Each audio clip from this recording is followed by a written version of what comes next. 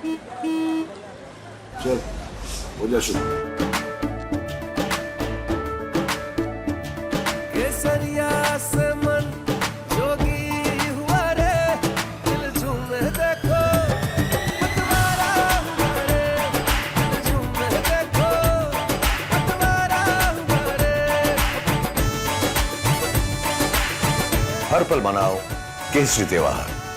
विमल बोलो जुबान केसरी का सफर, क्या क्या हर्डल्स आए इसमें, और सबसे बड़ी बात कि जिस शख्सियत को एनएसडी ने 2 बार रिजेक्ट कर दिया था, 3 बार रिजेक्ट कर दिया था, आज वो एक नामचीन हस्ती है फिल्मी दुनिया की।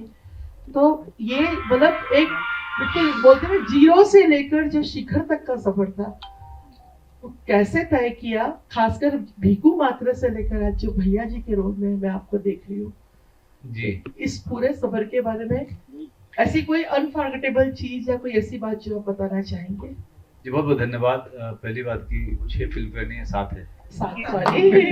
पद्मश्री भी है सर। जी, नहीं देखिए, हर चीज़ जो मेरे जीवन में होती रही है उसमें मुझे हमेशा लगा कि एक चमत्कार हो रहा है मेरे साथ में।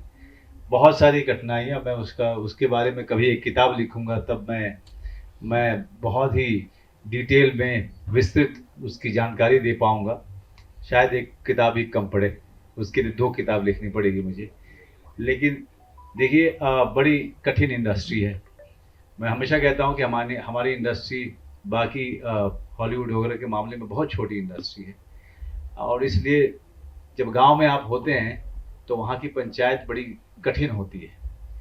और लोग कहते हैं कि लोकसभा का चुनाव बड़ा कठिन होता है, मैं कहता हूँ पंचायत में सरपंच का चुनाव सबसे कठिन होता है, क्योंकि वहाँ पे आप सबको जानते हैं और सबके साथ मिलजुल के रहना और सबकी राजनीति को समझना और उससे भी बच के निकलना। तो इस जर्नी में बहुत सारे कठिनाइयाँ आई, बहुत सारे उतार चढ़ाव देखे। चढ़ाव तो बहुत कम, उतार ज़्यादा देखे। उसमें भगवान पे विश्वास करना, अपने ऊपर विश्वास करना और लगातार सर झुका करके मेहनत करते रहना। मेरे ख्याल से मेरा जो प्रेम रहा है अभिनय को लेकर के और अभिनय की तकनीक को लेकर के, सिर्फ यही काम आया, क्योंकि वो अथाह है मेरे अंदर में, बड़ा जुनून है मेरे अपने काम को लेकर के। मैं अगर 2 महीना काम नहीं करूं तो मैं बेचैन हो जाता हूं। अभिनय करना मुझे इतना अच्छा लगता है। पैसा, गाड़ी घोड़ा, बड़े घर मुझे अभी भी आकर्षित नहीं करते हैं।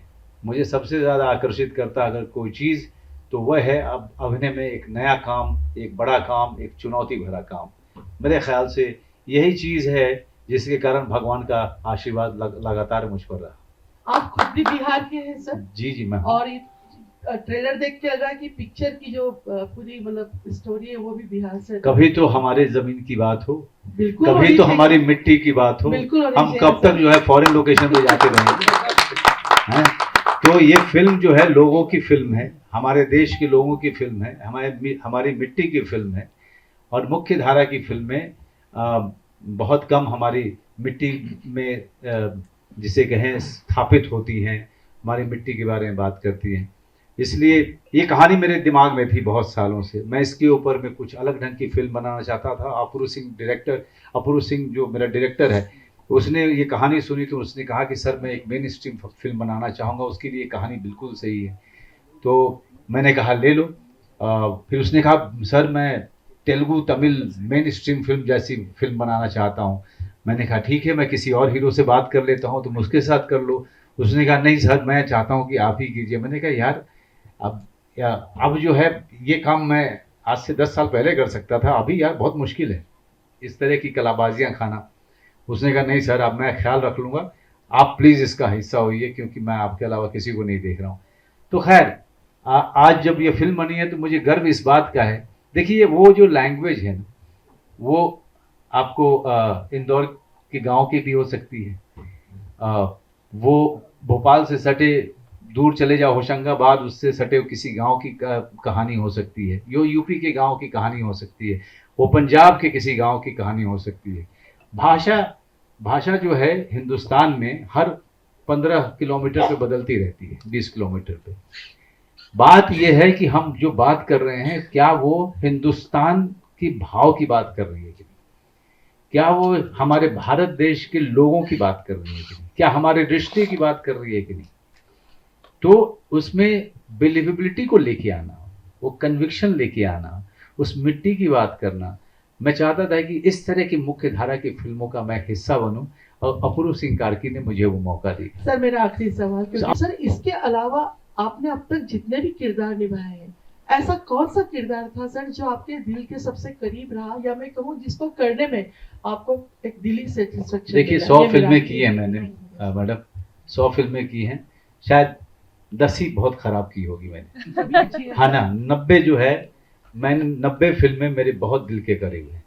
लेकिन बीकू महात्रे इसलिए मेरे दिल के करीब है क्योंकि उसने मुझे एक करियर दिया, उसने मुझे एक मकाम दिया, जिसके कारण आज मैं 100 फिल्म कर पाया। तो हमेशा बीकू महात्रे के लिए मेरे दिल में बहुत बड़ी जगह रहेगी। मनोज जी भैया जी जिस तरह से आपने, हाँ इधर से एक मिनट रुकिए आपने भैया जी फिल्म की, इधर मनोज जी इधर सॉरी, अच्छा आप इधर, ओके। भैया जी जिसे आपने भी कहा कि क्या हम हमारी अपनी बात नहीं कहेंगे, लेकिन आपको नहीं लगता कि बॉलीवुड बदलता जा रहा है? आपने कहा हॉलीवुड से बहुत छोटा है, फिल्मों का ट्रेंड बदल गया है, यूथ बदल गए हैं, तो हम अपनी बात कहने में आपको रिस्क नहीं लगेगी भैया जी कहने के बाद किस लेवल पर ये फिल्म? सर अपने जीवन में सबसे बड़ा रिस्क लिया मैंने कि मैंने एक्टर बनने का सोचा, इससे बड़ा रिस्क तो कुछ नहीं हो सकता है। उसके बाद तो जो भी मैंने किया है, हर फिल्म के साथ एक चैलेंज लिया, हर फिल्म के साथ कुछ नया करने की कोशिश की जो इंडस्ट्री में नहीं हो रहा था या अभिनेता नहीं कर रहे थे। अभी भी मैं भैया जी के बाद जो फिल्में आएंगी वो बिल्कुल अलग होंगी, अलग अलग श्रेणी की होंगी, अलग तरीके की फिल्म होंगी। किसी एक बॉक्स में बंद होकर के रहना पसंद नहीं है मुझे, मैं बोर हो जाता हूँ सर। अब वो मेरी अपनी पर्सनालिटी है, तो एक काम इस तरह का किया, अब जो बाकी जो 2 फिल्में आएंगी इसके बाद में बिल्कुल अलग तरीके की होंगी, अलग टेस्ट की होंगी, उसकी अपनी एक ऑडियंस होगी। ये लगातार अपने आप को बदलना, लगातार कुछ नई चुनौतियों का सामना करना, और लगातार अपने आप में विकास का ख्याल रखना कि मैं ग्रो हो रहा हूँ कि नहीं हो रहा हूँ, मैं इवॉल्व हो रहा हूँ कि नहीं हो रहा हूँ, इस पे मेरा ध्यान ज़्यादा रहता है। लोग क्या कहेंगे इस पे मैं थोड़ा कम सोचता हूँ, कम क्या मैं बिल्कुल ही नहीं सोचता हूँ, मैं आपको सच में बोलूँ तो एक जब यात्रा हो और जब मैं मुड़ के देखूँ, जब मैं सब छोड़ करके कहीं किसी आश्रम में बैठा रहूँ, तो जब मैं पीछे देखूँ तो कहीं ना कहीं एक संतुष्टि हो कि जो जीवन मुझे परमात्मा ने दिया था मैंने उसके साथ भरपूर न्याय किया, मैं वहाँ तक पहुँचना चाहता हूँ। वो लोग क्या कहेंगे या इंडस्ट्री क्या कहेगी या कोई गण क्या कहेंगे, मैं उस पर गया तो मैं जीवन को या अपने अभिनेता के करियर को पूरा इंजॉय नहीं कर पाऊंगा और एक्सप्लोर नहीं कर पाऊंगा। Thank you. मनोज जी मेरा नाम हर्षवर्धन।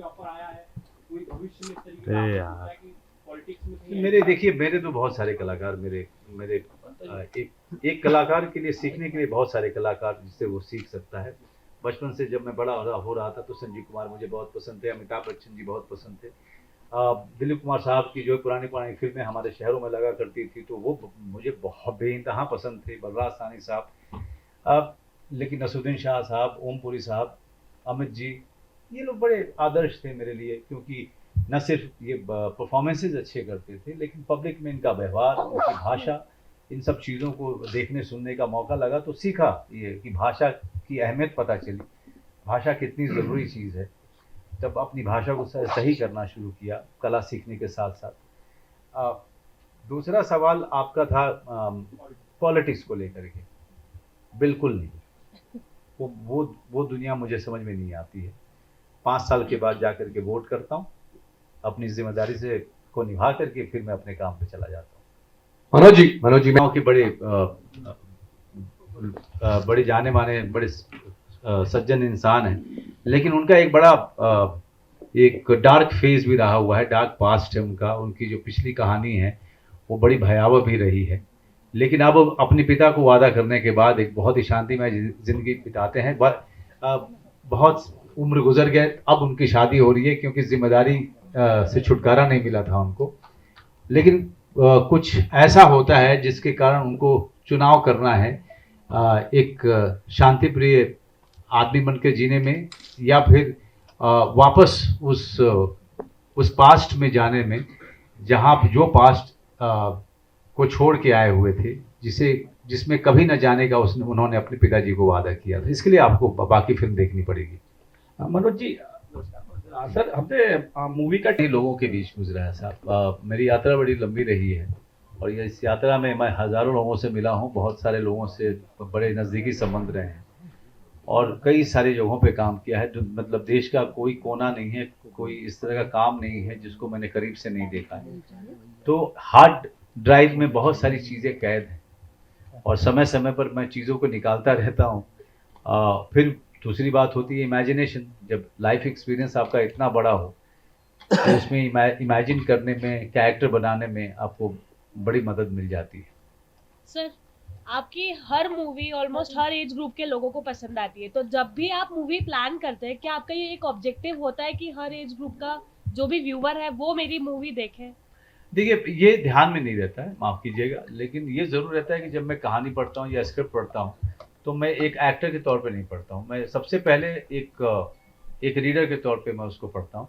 एक रीडर के तौर पे अगर वो मुझे भांती है और बहुत ही मुझे पसंद आती है तो मैं दोबारा पढ़ता हूँ एक एक्टर के तौर पे कि इसमें मेरे लिए क्या है। तो 2 बार पढ़नी पड़ती है अगर कोई चीज़ आपको पसंद आती है तो। लेकिन पहले तो वो इंगेजिंग होनी चाहिए, आपको इतना बांधे कि आपको लगे कि मैं कितनी जल्दी मैं इस स्क्रिप्ट को ख़त्म करूं। कोई कहानी या स्क्रिप्ट अच्छी नहीं होती है तो 10 पेज, 20 पेज, 40 पेज तक में आप बोर हो जाते हो। फिर लगता है कि यार 40 पेज मतलब कि इतना देर बीत गया फिल्म में, और अगर फिल्म नहीं पकड़ रही है, कैरेक्टर नहीं समझ में आ रहे हैं तो फिर ये करने लायक नहीं है। Now it's all done. Thank you, Manoj sir. वो मैं बोलना भूल गया था। इस फिल्म में एक बहुत ही अहम किरदार इंदौर का ही लड़का निभा रहा है, बहुत ही टैलेंटेड आनंद आचार्य जी। आइए यहाँ पे आनंद आचार्य जी, सबको नमस्ते कीजिए। आनंद आचार्य इंदौर के हैं और बहुत अच्छे कलाकार हैं और पूरी फिल्म में आनंद का बहुत ही अहम किरदार है। मुझसे गलती हो गई थी क्योंकि मैं भूल चुका था, क्योंकि आपके सवालों में खो गया था। तो इनको आपके आशीर्वाद की ज़रूरत है, आपकी प्रार्थना की ज़रूरत है। जब आप फिल्म देखेंगे तो पता चलेगा कि जो लड़का जिसके ऊपर अभी कैमरा नहीं है उसके ऊपर कैमरा जाना शुरू हो जाएगा। बहुत बहुत धन्यवाद।